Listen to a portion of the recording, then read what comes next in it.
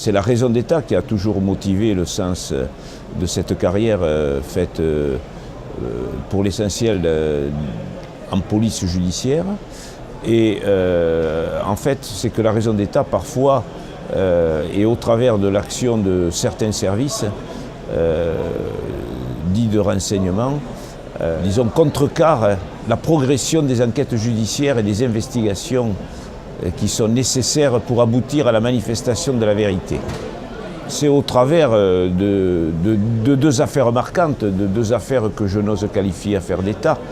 mais de deux affaires majeures que j'ai eu l'occasion de traiter, c'est-à-dire la série des attentats de 1995 qui ont endeuillé la France, et ensuite l'assassinat du préfet Claude Érignac en Corse. Je reviens sur ces deux affaires pour montrer quel a été le chemin, la conduite de l'enquête qui nous a amenés sur le chemin de la vérité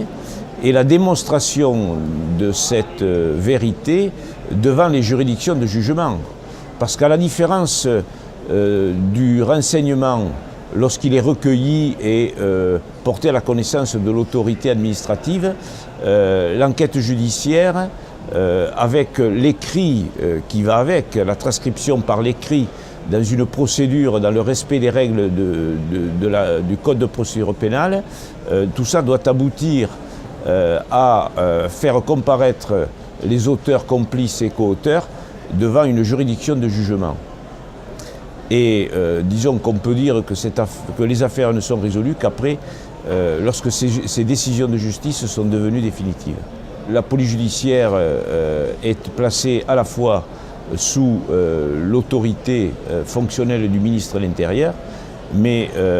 elle reçoit des délégations pour procéder aux enquêtes de l'autorité judiciaire, sous le contrôle de laquelle elle est également placée,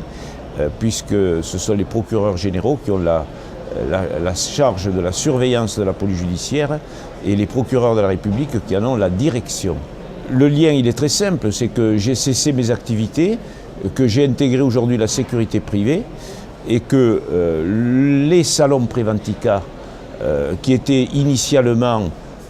centrés sur la sécurité de l'entreprise et la sécurité au travail, s'ouvrent aujourd'hui avec les différents intervenants